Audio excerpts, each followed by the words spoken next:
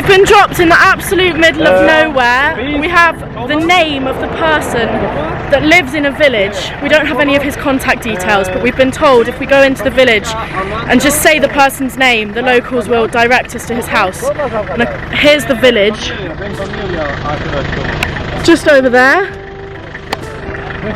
And a car's just stopped for us and we're going to maybe hitchhike with them. It is only 500 metres, but let's see. Yes? We're getting in? Wave! Welcome! Welcome! Big photo. Photo? Yes, photo. Ya photo finish. Kim oldum? Yusuf? Masum? Yunus. Harun. Turkish you can say Harun. Nice to meet you. Where are you? Alman? England. England! Very nice, very good. Yalnız oraya tutun düşeceksin ha. Careful please. I am, don't worry. Bacım bak hatta yolda fakir Çok az personu. Yes.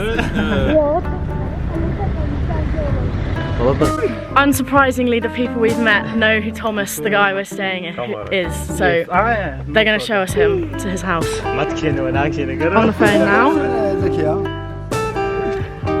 Topal da orada mı?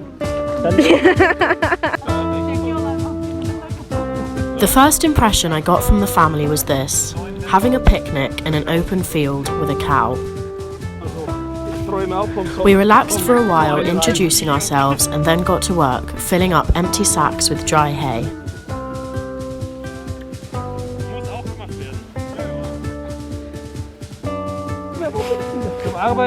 We arrived in the evening, meaning most of the day's work had been completed, so we were soon shown to where we were sleeping. There was little room in the house, so we had the opportunity of sleeping in the church. It was an Orthodox Christian church funded by the villagers, who all put their money together to build it. The whole village population were Aramaic, and they were all Orthodox Christians. The ancient Aramaic language stems from Hebrew, the language of Jesus.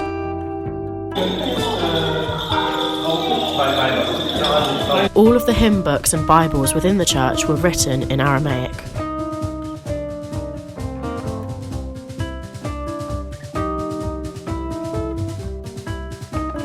The next day was Sunday, the day of rest.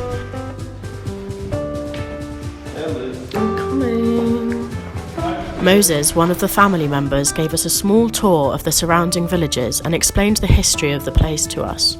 Although the villagers were Aramaic, the majority of East Turkey is populated by the Kurdish people.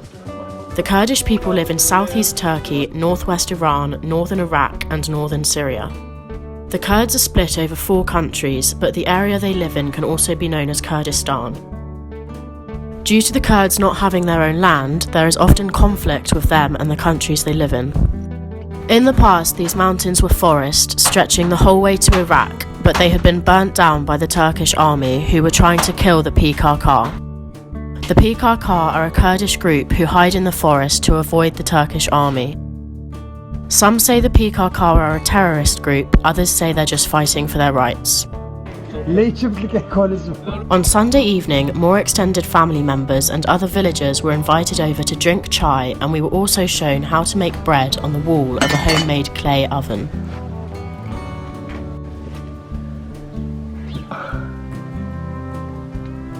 That's cool, they just put the bread on the side.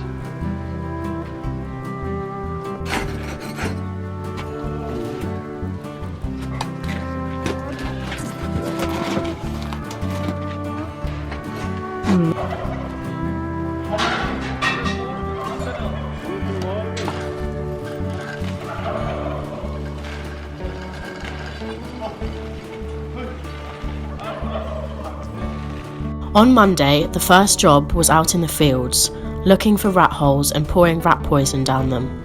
Everyone spread out in a line across the field. We were covering all the ground that the rats could be inhabiting. Alice trying to kill the rats.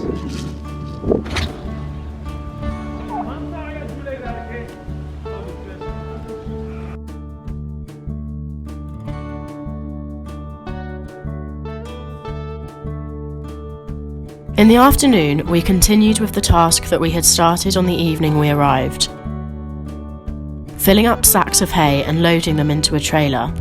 For once in my life, I desperately wanted to wear a mask.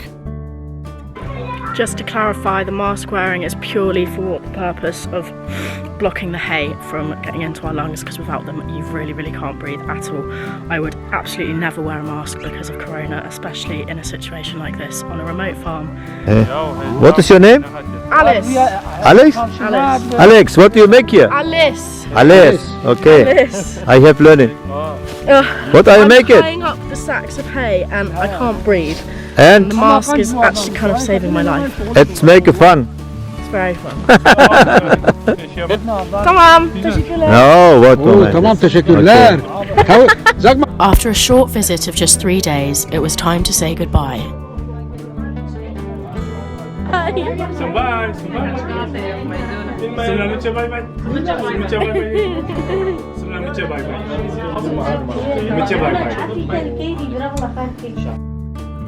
Our free 90-day Turkish visa was about to run out. The next plan was to hitchhike to the Kurdistan region of Iraq.